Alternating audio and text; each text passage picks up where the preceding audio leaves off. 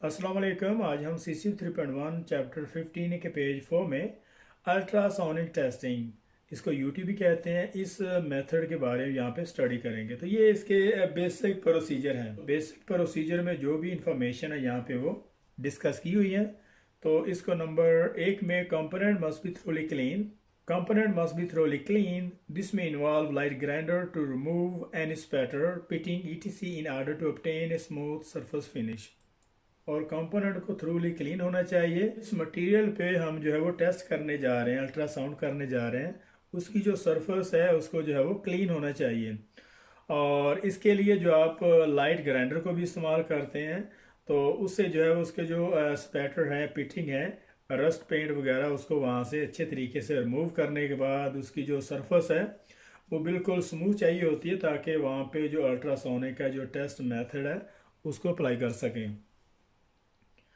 तो नंबर 2 में यहाँ पे component is then apply to the test surface, और उसके बाद जो कॉम्पोनेंट है उसको अप्लाई किया जाता है सरफेस पे। और ये जो है वाटर, ऑयल या ग्रीस भी हो सकते हैं। इसकी जो कॉम्पोनेंट है वो वाटर, ऑयल, ग्रीस भी हो सकती है। तो यहाँ पे क्वेश्चन ये भी बनता है कि कॉम्पोनेंट में कौन कौन सी जो एलिमेंट यूज़ किए जाते हैं। तो बहुत सारे, तो जैसे कि यहाँ पे डाइपेंट टेस्टिंग है, या पोलैरिटी है, या AC/DC करंट है, या वाटर, ऑयल, ग्रीस। कॉम्पोनेंट में जो वाटर, ऑयल और ग्रीस को इस्तेमाल किया जाता है।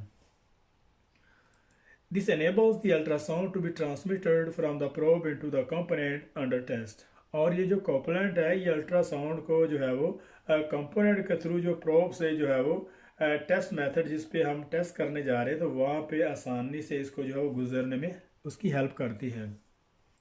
तो नंबर 3 में a range of the angle probes are use to exam the weld root regions and fusion faces. तो जो प्रोब की जो एंगल की जो रेंज है, वो फ्यूजन फेसेस और वेल्ड रूट रीजन को जो है वो टेस्ट करती है, उसको एग्जाम करती है। और जो भी उसमें इम्परफेक्शन होते हैं वहाँ पे जो है वो उसी रेंज में जो भी आएंगे वो वहाँ पे डिटेक्ट करेंगे। Ultrasound must strike the fusion faces are any discontinuities present in the welds. यहाँ तक इसको देखते हैं। और जो अल्ट्रासाउंड है और ये जो प्रोब्स है उसको फ्यूजन फेसेस पे जो है वो उसको फ्यूजन फेसेस पे स्ट्राइक किया जाता है। और जितनी भी वेल्ड में जो डिसकंटिन्यूटी है, जो उसके फ्लॉ है, जो इम्परफेक्शन है, वो जो है वो आपको जो है वो 90 degree in order to obtain the best reflection of the ultrasound back to the probe for the display on the cathode ray tube. यहाँ तक। और वेल्ड में जितनी भी डिसकंटिन्यूटी होती है, जितने फ्लॉ होते हैं, इम्परफेक्शन होती है, वो आपको जो उसका जो बेस्ट रिफ्लेक्शन पड़ता है अल्ट्रासाउंड का 90 डिग्री पे।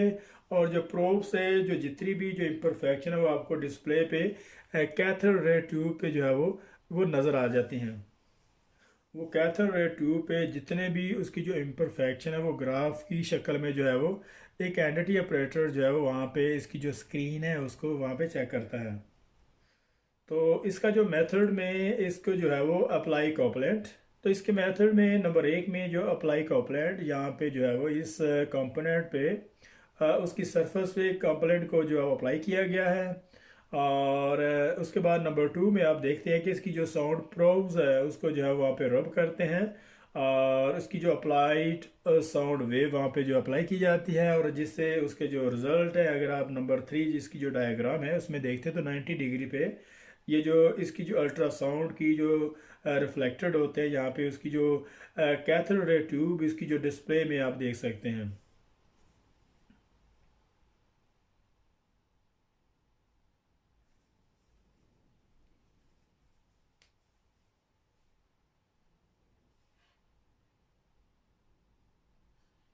तो अभी आप अल्ट्रासाउंड का जो मेथड है इसके जो एडवांटेज और डिसएडवांटेज में जो है वो बात करते हैं। तो नंबर 1 में can easily detect lack of side wall fusion.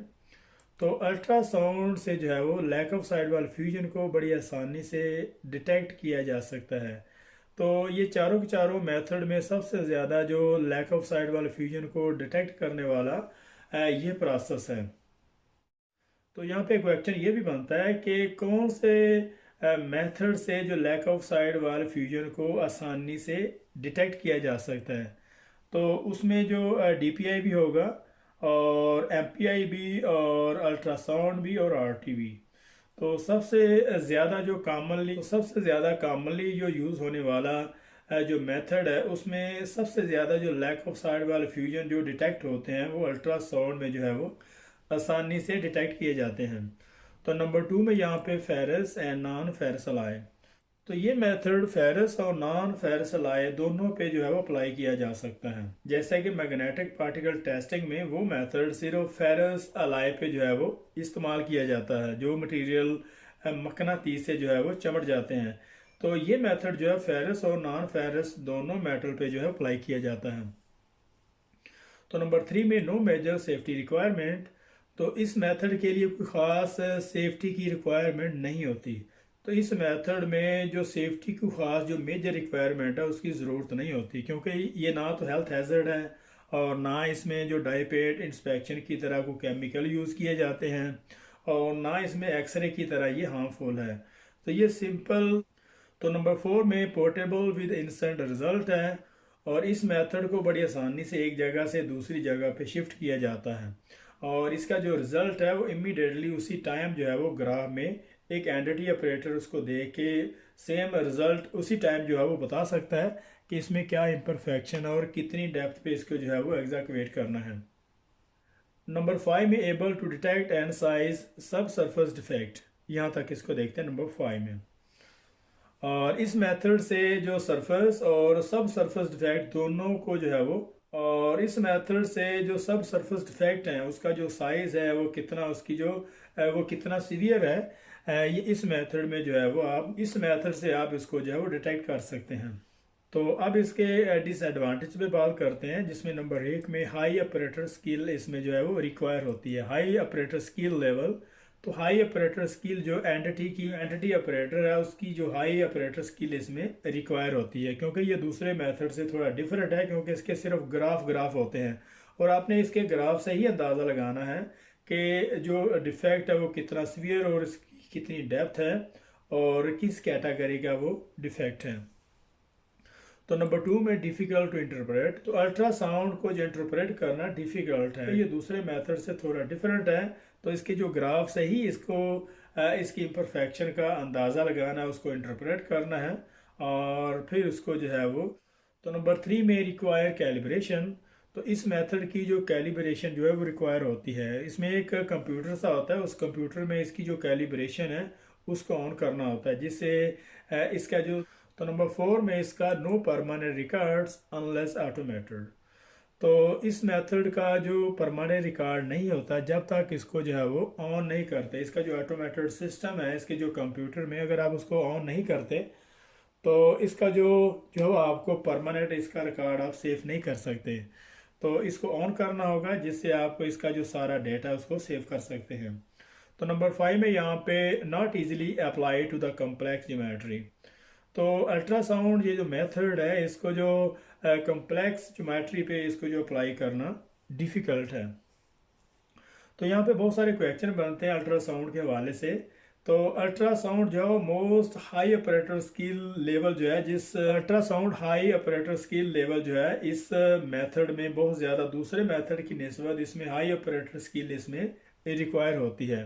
तो यहाँ पे क्वेश्चन भी बन सकता है कि हाई ऑपरेटर स्किल जो है वो किस मेथड में रिक्वायर होगा। तो उसमें डीपीआई भी हो सकता है, मैग्नेटिक पार्टिकल टेस्टिंग, अल्ट्रासाउंड या फिर एक्सरे।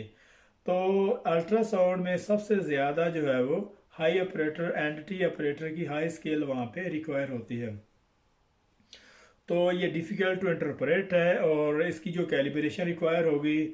और इस मेथड को दोनों जो है वो बेस मेटल पे यूज़ किया जाता है, जैसे फेरस और नॉन फेरस मेटल। तो इसके लिए ख़ास मेजर सेफ्टी की रिक्वायरमेंट भी नहीं होती, बड़ी आसानी से हम एक जगह से दूसरी जगह पे इसको जो ट्रांसफ़र कर सकते हैं।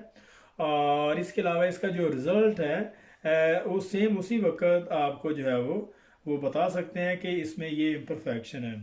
तो ये सब सरफेस डिफेक्ट को बड़ी आसानी से डिटेक्ट कर सकता है।